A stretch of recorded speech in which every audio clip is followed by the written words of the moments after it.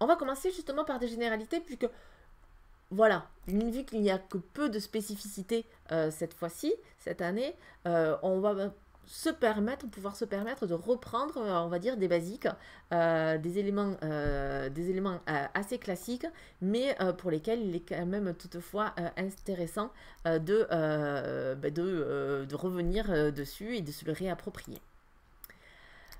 Tout d'abord, le principe de cette campagne, c'est une déclaration Internet pour tous. Ça, c'est le principe. Le principe.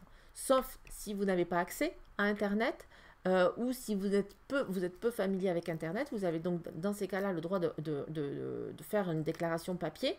À noter qu'il n'y a toujours pas de sanctions mises en place pour les personnes qui font en papier alors qu'elles ont un accès Internet.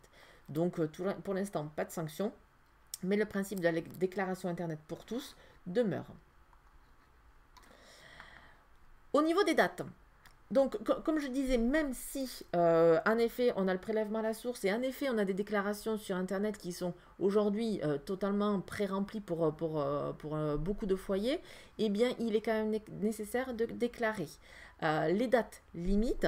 Donc toujours, on conserve cette répartition par zone géographique, donc 3 zones géographiques. La première zone, donc pour les départements du 01 à 19, donc la date limite c'est le 26 mai, donc vous avez un peu moins d'un mois.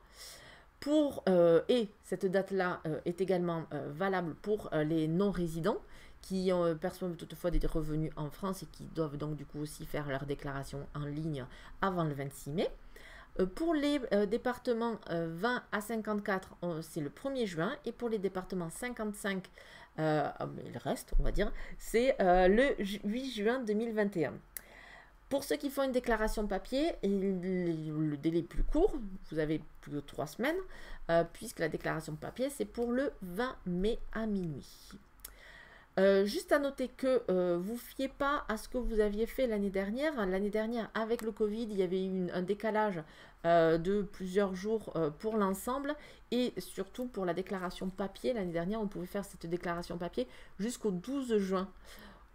Vous avez vu, ça fait plus de 20 jours, on va dire 3 semaines de différence entre l'année dernière et cette année. Donc ne vous fiez pas à ce que vous avez fait l'année dernière pour les dates limites.